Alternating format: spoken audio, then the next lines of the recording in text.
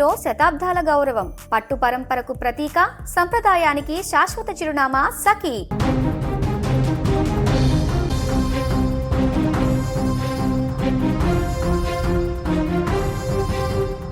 జాతీయ రహదారులు పచ్చని సంసారాల్లో నిప్పులు పోస్తున్నాయి.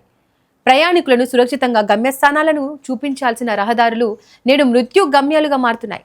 ఎంతో మంది ప్రాణాలను గాల్లో కలిపేస్తూ రక్తంతో తడుస్తున్నాయి. ఎన్నో ఆశలతో ఆశయాలతో ప్రయాణమయ్యే అమాయక జీవులను కబలిస్తూ కుటుంబాల్లో తీరని శోకాన్ని మిగులుస్తున్నాయి.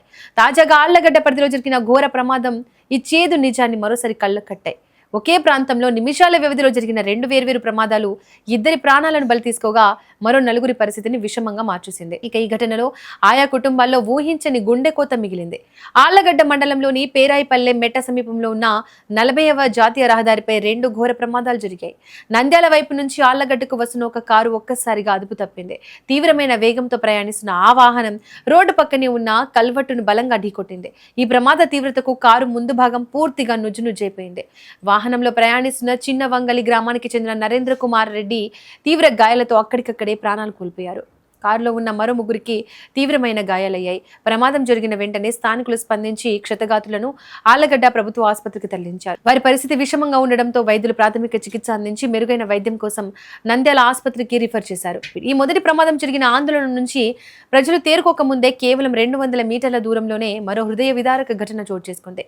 నంద్యాల మండలం అయ్యలూరు గ్రామం నుంచి ఆళ్లగడ్డ వైపు ఒక ఆటో వస్తోంది. చాగలమర్రి మండలంలోని బ్రాహ్మణపల్లెలో జరిగే జాతరలో గాజులు బొమ్మలు అమ్ముకుని జీవనం సాగించి ఒక పేద కుటుంబం ఆ ఆటోలో ప్రయాణిస్తోంది.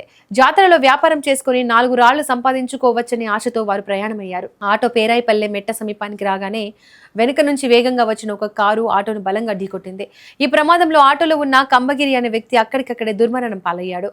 ఈయన భార్య ఇందిరమ్మకు తీవ్ర గాయాలయ్యాయి. కళ్ల ముందే భర్త ప్రాణాలు కోల్పోవడంతో ఆమె రోదనలు అక్కడి వారిని కన్నీరు పెట్టించాయి. గాయపడిన ఇందిరమ్మను వెంటనే చికిత్స కోసం నంద్యాల ఆసుపత్రికి తరలించారు. రెక్కాడితే గాని డొక్కాడని ఆ పేద కుటుంబంలో ఈ ప్రమాదం పెద్ద చీకట్లను నింపింది. ఒకే చోట కొద్దిపాటి దూరంలో జరిగిన ఈ రెండు ప్రమాదాలతో జాతీయ రహదారిపై ప్రయాణికులు తీవ్ర భయాందోళనకు గురవుతున్నారు. సమాచారం అందుకున్న ఆళ్లగడ్డ గ్రామీణ పోలీసులు వెంటనే సంఘటన స్థలానికి చేరుకుని సహాయక చర్యలు చేపట్టారు.